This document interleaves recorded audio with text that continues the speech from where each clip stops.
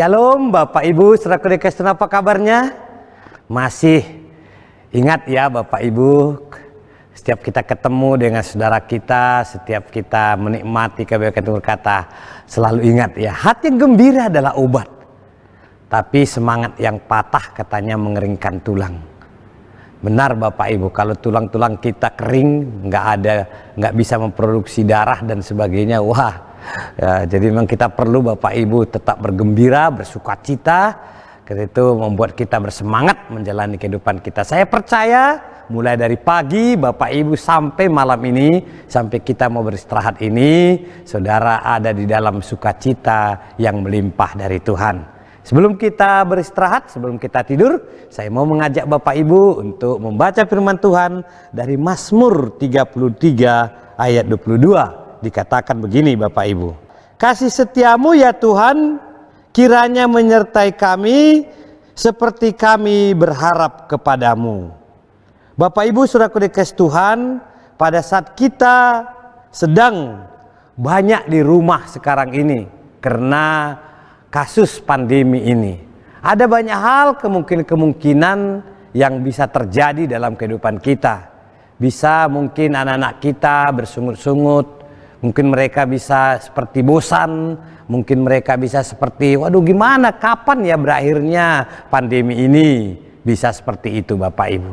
Orang tua mungkin juga kok terbatas gerak kita Bapak Ibu untuk melakukan banyak hal seperti yang biasa kita lakukan di awal-awal tahun 2020 ini.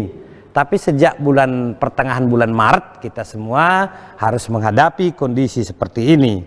Jadi ada ditawarkan kepada kita Bapak Ibu dalam menyikapi situasi seperti ini.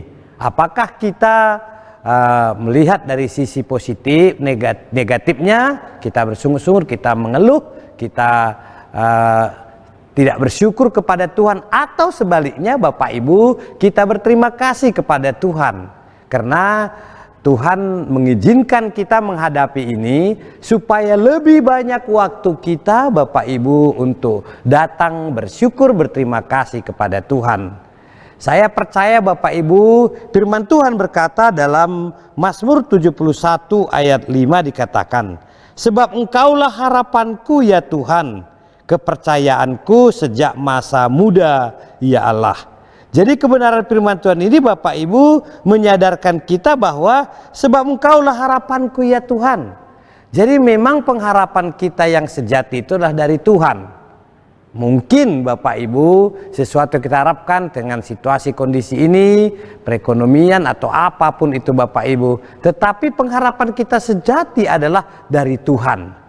Jadi dengan pengharapan yang sejati dari Tuhan sebenarnya kita bisa dan pasti bisa Bapak Ibu kita terus bersyukur kepada Tuhan apapun yang terjadi bagi kita. Ingat Bapak Ibu, setiap hari dalam kehidupan kita sebenarnya adalah anugerah dari Tuhan. Ya, kita bersyukur kita masih bisa menikmati hari-hari yang baik, sukacita, kita menikmati persekutuan dengan keluarga, kita banyak bisa bersekutu berdoa bersama, kita bisa beribadah walaupun mungkin ada yang live streaming, ada yang di rumah, ada yang mungkin harus kesulitan masalah kuota misalnya dan sebagainya, tapi pasti ada jalan keluar Bapak Ibu. Oleh sebab itu Bapak Ibu di Kristus ya, katakanlah kita dalam kehidupan kita selalu melihat kehidupan kita dari sisi pandang Tuhan tentang kehidupan itu sendiri. Jangan kita lihat dari masalah-masalah yang kita alami.